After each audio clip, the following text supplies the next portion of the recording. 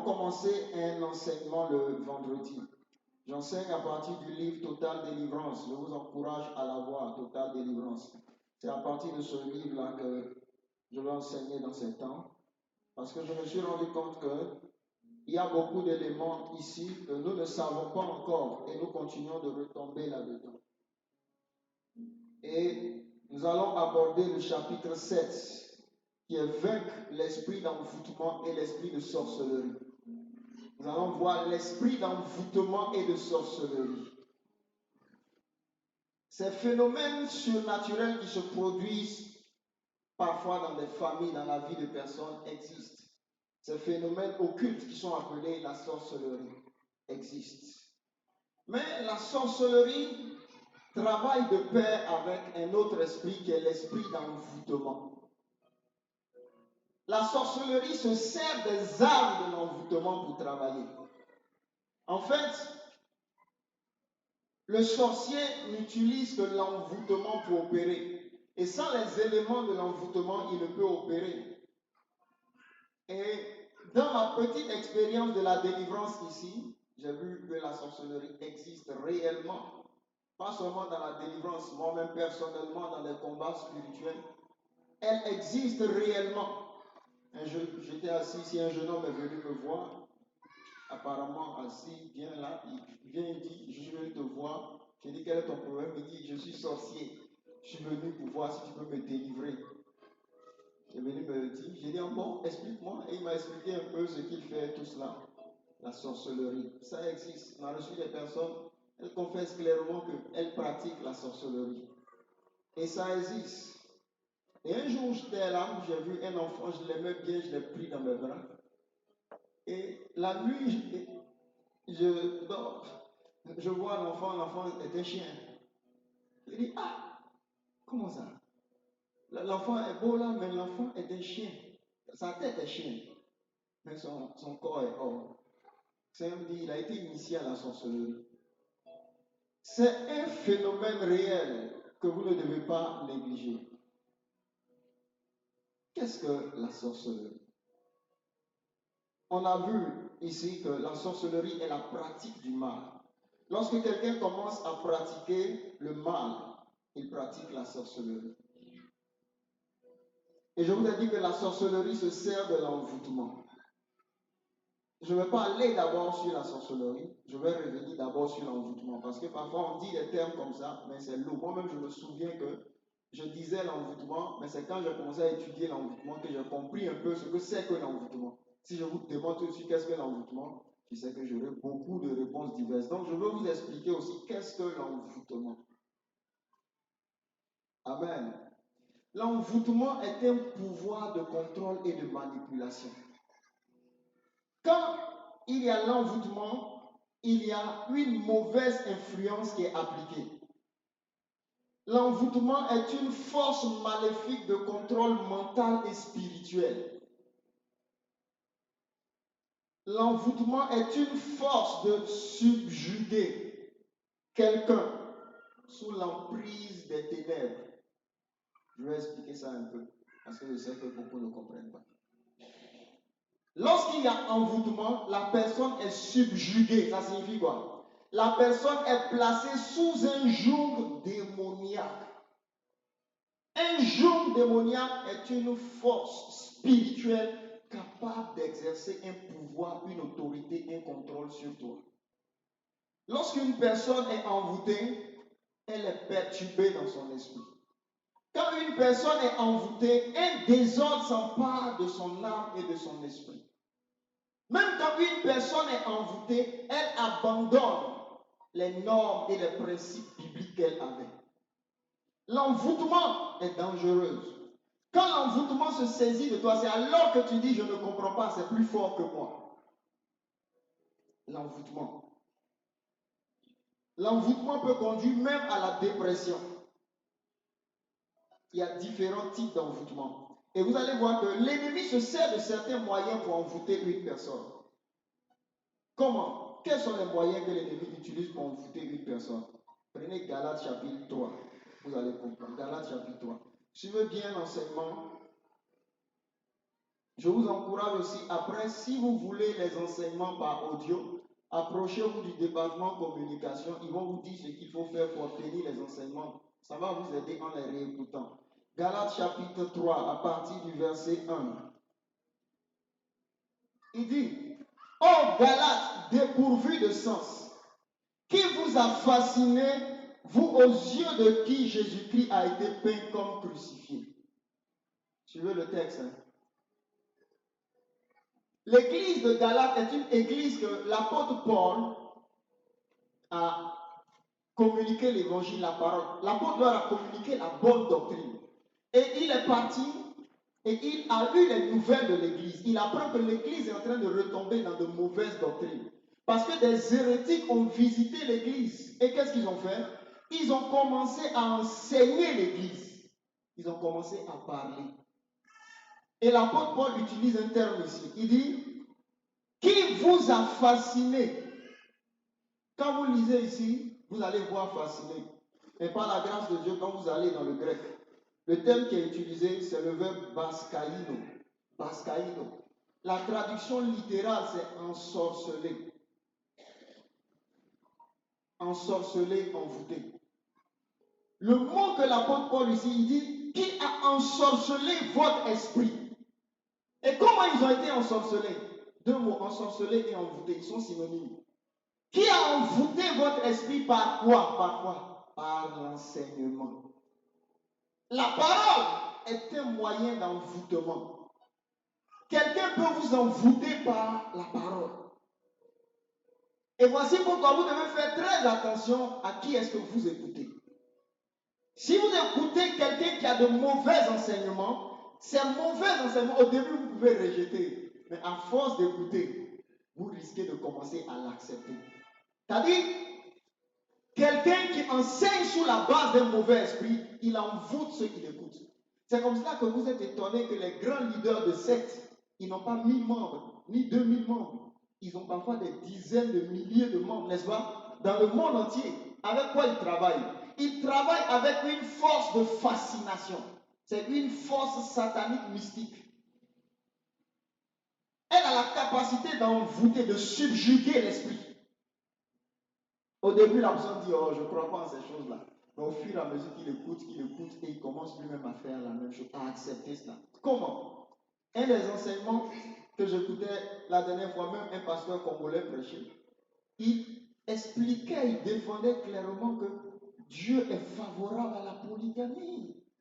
Et il expliquait comment tel avait 8 femmes, 9 femmes. Et lui-même, il a 9 femmes. Il a 9 femmes. Et il défendait ça sur un plateau de télévision clairement. Il dit, ce sont ces femmes, chacune d'elles. Et il enseigne que vous voyez, si vous prenez quelqu'un qui lui-même attendait une telle opportunité, dès qu'il va écouter le pasteur, il va dire, voici mon pasteur. Pourquoi? Parce que lui-même, il attendait l'occasion favorable. Et il va accepter les enseignements de cet homme de Dieu. Pourquoi? Parce que c'est une base pour lui pour justifier son péché. La Bible dit, la femme vit que l'arbre était bon à manger et agréable à la vue, et qu'il était précieux pour ouvrir l'intelligence.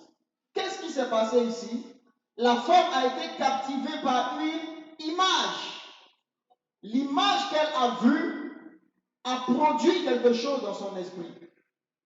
Et spirituellement aussi, une personne peut être envoûtée par des images. Faites attention à certaines images que vous regardez continuellement, elles peuvent vous envoûter. Amen. Vous devez faire attention à ce que vous visualisez continuellement. Ça peut vous envoûter. Il y a des choses que vous pouvez voir en passant. Mais dès l'instant que vous commencez à cultiver une certaine habitude, à regarder certaines choses, elles peuvent laisser de mauvais dépôts dans votre esprit. Des images envoûtantes. Les images envoûtent. Par les images, l'ennemi produit la séduction. C'est-à-dire quoi? Par la vue, par la vue, par la vue. Le diable utilise la vision pour envoûter. Certaines personnes ont été envoûtées par des beautés humaines, au point où ils sont devenus malades. Ne laisse aucune chose que tu vois envoûter ton esprit. Amen. Tu peux apprécier quelque chose de beau, mais ne laisse pas la chose s'établir dans ton esprit. C'est alors que je reviens à l'introduction de mon message. Si Dieu n'est pas sur le trône, autre chose peut s'établir sur mon esprit. Amen. Ne laissez rien d'autre s'établir sur votre esprit. Faites attention aux images séduisantes. Un autre moyen d'envoûtement que l'ennemi utilise. Ecclésiaste 10, verset 11. Ecclésiaste 10, verset 11. Si le serpent mord faute d'enchantement, il n'y a point d'avantage pour l'enchanteur. Arrête-toi. L'enchanteur, qu'est-ce qu'il fait? L'enchanteur joue une musique qui fait quoi? Qui envoûte le serpent. Et le serpent ne peut plus mordre. Je répète quelque chose. L'enchanteur joue un son. Et du coup, le serpent est envoûté et il perd sa capacité offensive de mordre. Et la Bible dit, si le serpent mord faute d'enchantement, il n'y a plus d'avantage pour l'enchanteur. Vous savez ce que ça signifie? Que la musique a un pouvoir de subjuguer votre esprit. Lorsque nous prêchons que le chrétien ne doit pas prendre l'habitude d'écouter la musique païenne, certains nous attaquent, ils disent non, c'est trop dur, que Dieu est le maître de toutes les musiques du monde. Faites attention. Derrière la musique païenne, il y a un esprit. Pour que l'enchanteur joue une musique qui va captiver un serpent et le rendre inoffensif, il faut qu'il y ait un esprit derrière cette musique. Et permettez-moi de vous dire qu'il n'y a aucune musique sans esprit. Derrière la musique, il y a des esprits. Derrière certaines musiques, il y a des esprits. La plupart même des musiques. Certaines personnes ont commencé à forniquer quand ils ont écouté certaines musiques. Il y a des musiques, quand vous écoutez, il y a des esprits de mort qui vont s'emparer de votre âme. Parce que soit pour composer une telle musique-là, la personne a fait un certain pacte avec un esprit de mort qui lui a donné une inspiration. Et quand tu écoutes cette musique, tu dis, elle touche mon âme, je ne sais pas pourquoi, mais je sens une sensation. J'étais encore très jeune quand je suis entré à la bibliothèque et que j'ai pris un livre. Lisant le livre, j'ai été étonné de voir ce qui se passait. Comment des artistes sont capables d'aller au cimetière, prendre des choses, si j'explique ici, bon. J'ai dit, ils font des choses spirituelles. Je ne dis pas que c'est eux tous. Mais sachez une chose, c'est que derrière la musique, il y a des forces spirituelles. Et le chrétien doit faire attention à ce qu'il écoute. J'entendais un artiste qui disait qu'avant de monter pour faire un concert, il faut qu'il aille d'abord forniquer. S'il n'a pas, il n'a pas couché avec des femmes, il n'est pas encore inspiré pour monter sur la chaise. Vous pensez que c'est quoi? Il faut qu'il rende un culte d'abord à la sirène des eaux avant d'aller chanter. Pour certains, il faut d'abord qu'ils prennent la drogue. Église de Jésus-Christ, s'il vous plaît, je veux vous encourager, ne jouez pas avec votre esprit. La musique a un pouvoir d'envoûtement sur votre esprit. Oui. Quand vous êtes chrétien, n'écoutez pas toutes les musiques. On dit à Joss de mon village, j'écoute. Et puis il dit, oh, ça c'est chez nous, c'est chez nous. Fais attention. C'est chez vous là, mais qui est derrière ça? Ce genre de musique-là, posez-vous la question, qui était à l'origine de cette musique? J'ai suivi un documentaire une fois. J'ai vu des chasseurs sortis de la brousse. Et ici même, c'est pas des chasseurs. Ils sont sortis de la brousse et ils sont sortis avec une musique et une danse. Et le reporter leur demande, comment vous avez vu cela? Il dit, quand nous sommes allés en brousse pour chasser, des génies se sont révélés à nous. C'est eux qui nous ont révélé cette musique-là. Vous pensez que c'est simple? Je veux vous encourager. Habituez votre esprit à écouter des musiques qui adorent et qui glorifient Dieu. Et voici pourquoi, chrétiens, apprenez une chose, apprenez à grandir dans la communion avec votre Dieu. Plus vous grandissez dans la communion avec votre Dieu, il y a des choses qui vont déranger votre esprit. Soyez sensibles aux choses qui dérangent votre esprit. Pourquoi est-ce que j'écoute cela, mais ça ne passe pas au niveau de mon esprit? Dieu est en train de me dire, fais attention, mon fils, de peur que tu ne sois envoûté. Dieu est en train de dire, ma fille, fais attention de peur que tu ne sois envoûté. Amen. La musique a un pouvoir d'envoûtement, un pouvoir d'enchantement. Vous savez une chose, que certaines personnes sont liées à la musique zouk. Oui, ils ne peuvent pas s'en penser. Ils disent, il n'y a rien de mal dans cela, c'est des musiques douces. Mais ils sont tellement liés à cela que la sirène des eaux s'empare maintenant de cela pour contrôler leur vie. Ils ne peuvent pas dormir sans mettre à leurs cheveux, au chevet de leur lit, une musique zouk. N'est-ce pas? Oui. La Bible dit quand quelqu'un est en Christ, il est une nouvelle quoi? Il est une nouvelle créature. C'est au niveau de ton esprit. Ça signifie qu'il y a des musiques nouvelles que je dois aimer maintenant. Les musiques qui élèvent Jésus, qui glorifient l'Éternel. Des musiques qui élèvent la gloire de Dieu, qui ont un effet positif et bon sur mon esprit. Tu n'as pas remarqué qu'il y a des musiques que tu écoutes, quand tu sors de là, tu n'as plus l'envie de prier. Tu ne sais pas pourquoi, mais la réunion de prière où tu sors ne te dit plus rien. Tu ne comprends pas pourquoi, mais l'amour des choses de Dieu diminue. Oui, oui. Parce que l'inspirateur de cette musique-là a une caractéristique. Il n'est pas adorateur de l'Éternel. Et au fur et à mesure que tu l'écoutes, il te transfère quelque chose silencieusement.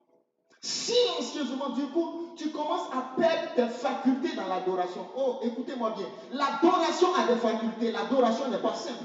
Si vous perdez vos facultés dans l'adoration, vous êtes maintenant dans la mort. Vous chantez, mais il n'y a plus de vie. Un autre moyen d'envoûtement, les objets. Les objets sont des moyens d'envoûtement. Vous pouvez être envoûté par des objets. J'ai vu dans une vision en esprit, un jour, dans un songe. J'ai vu un esprit prendre un objet d'une certaine couleur et lancer sur la cuisse d'une personne spirituellement. Et quand il a lancé ça sur la cuisse de la personne n'a rien ressenti. Mais quelques temps après, la personne a commencé à se plaindre. J'ai mal, j'ai mal. Et le Seigneur m'a enseigné, il dit, la personne souffre d'un mal dont la source est un envoûtement en esprit. La dernière fois, j'ai reçu une femme ici. Et je lui ai dit, il y a quelque chose qui a été fait dans ton par révélation de l'esprit, par la grâce de Dieu. Et elle me dit, oui. J'étais allé à un funérail et la nuit dans ce village, j'ai vu quelqu'un qui lançait des choses dans mon ventre. Et depuis lors, je souffre de certaines choses ici. J'ai dit, tu as été envoûtée, femme. Vous voyez, l'envoûtement spirituel, qu'est-ce que Satan fait? Il prend un objet, il le prépare spirituellement, c'est-à-dire qu'il peut parler sur l'objet ou il peut le préparer. Et puis qu'est-ce qu'il fait maintenant? Il lance là comme toi. Je vais t'expliquer. Le pasteur Isaïe ici m'a rendu un témoignage et j'ai eu plusieurs témoignages comme ça que les gens m'ont expliqué. Un homme qui voulait le détruire a envoûté un habit et est venu lui dire, pasteur, voici ton cadeau. Et il n'a pas porté l'habit et son épouse lui a dit, mais fais attention, ce n'est pas avec cet homme-là que tu viens de discuter. Il n'a pas porté l'habit jusqu'à ce qu'il appelle la personne pour lui dire, ah mon frère, l'habit que tu as emmené là, qu'est-ce que tu as fait là-dedans? Il dit, quand il a dit ça à la personne n'a plus parlé là-bas. Quelque temps après, la personne est morte. Et l'habit, ils n'ont plus porté. L'habit avait été préparé pour le tuer à cause d'un terrain. Il suffisait seulement que lui porte l'habit et il mourait. Vous comprenez ça? Des personnes en vous, un jour je faisais la délivrance d'un jeune homme. Et pendant qu'on criait, il a crié, la gourmette qu'il avait, il l'a pris de toutes ses forces, il l'a arraché et il l'a jeté. Et quand on a fini la délivrance, j'ai dit, mais pourquoi est-ce que tu as fait? Il a dit, qui t'a donné la gourmette? Il dit, c'est un ami qui m'a donné. J'ai dit, ah bon, ne porte plus. Il y a des objets que des gens, vous pensez qu'ils vous aiment, ils vous donnent, ils vous envoûtent. Quelqu'un peut t'envoûter avec un pagne, très beau pagne, et tu portes et tous tes problèmes commencent. Tu ne sais pas pourquoi, même quand tu portes ce pagne, une personne me rendait le témoignage, elle dit, ce pagne, à chaque fois que je porte, je fais des songes où je me retrouve dans mes origines. Quelqu'un qui ne vous aime pas par sorcellerie peut envoûter des objets et venir vous donner. C'est comme ça qu'on peut envoûter la nourriture. Dans l'expérience de la délivrance, la plupart des enfants qu'on a envoûtés en sorcellerie, c'est comment? Ils me disent, c'est un verre de bissap qu'elle m'a donné, mais ce n'était pas du bissap, c'était du sang. Ou c'était du riz gras, mais ce n'était pas du riz en fait. Et avec de la viande, mais c'était de la chair humaine. Quelqu'un peut vous envoûter avec de la nourriture. Et le problème, c'est que vous ne priez pas. Beaucoup négligent la prière. Quelqu'un me disait la dernière fois quelque chose d'un homme de Dieu que vraiment respecté dans le monde que le Seigneur utilise. Il dit, c'est lui-même qui disait, il dit, ses enfants spirituels lui disaient, mais papa, tu pries sur tout. Même quand il voit tout ce qu'on lui donne, il prie comme un enfant. Lui, c'est Dieu qui lui a appris ce principe. Oui, même quand vous allez au marché payer les objets, priez sur tout. Des choses qui sont là, les mouches volent dessus, tout en désordre, vous prenez, vous venez vous asseoir, vous commencez à préparer. Non! Vous venez vous asseoir, Seigneur, j'ai payé ces choses, sanctifie l'huile rouge, toutes ces choses que tu as payées là, tu sais la source. Priez, sanctifiez cela et commencez à préparer. Amen, les femmes. Amen. Sanctifiez tout ce que vous payez. L'envoûtement a peur de la prière. Amen. Quand vous ne priez pas, vous êtes en train de dire à Satan, tu peux faire tout ce que tu veux avec cette chose. La dernière fois, j'étais avec une servante de Dieu, elle m'expliquait un témoignage. Comment est-ce qu'une fille voulait envoûter? Elle expliquait le témoignage d'une autre servante de Dieu. Et sa propre fille qui voulait la tuer par un envoûtement est venue lui demander, maman, je peux avoir un de tes pains? Maman, je peux avoir... Parce que sa fille était rentrée dans une loge mystique. Elle voulait tuer maintenant sa maman. Et sa maman est allée prendre le pain. Au moment où elle est venue donner, le Seigneur lui a dit d'abord, prie pour ce pain. Et elle s'est mise à genoux. Elle a prié pour le pain et elle a remis à sa fille. Or, ce pain-là était chargé pour détruire. C'était un point de contact qu'il voulait simplement pour faire du mal et terminer cette maman. Et quand ils ont pris le pain et qu'ils sont allés dans leur loge, ils déposent ça dans un grand récipient. Et elle aussi, elle est arrivée, elle a pris le pain que sa maman lui a donné, elle a jeté dans le récipient. Ils disent, mais qui a envoyé cela ici? Ça ne peut pas rentrer ici. Pourquoi? Elle avait prié là-dessus. Amen. Quand vous priez sur ce qu'on vous donne ou ce que vous donnez aux gens, vous comprenez? C'est très important. Les éléments sur lesquels vous priez, si l'ennemi avait prévu d'utiliser ces objets contre vous, vous êtes libérés. Parce que vous avez invoqué un nom supérieur. Je vais vous dire une chose, permettez-moi. Le diable n'a peur d'aucun esprit. Retenez bien cela.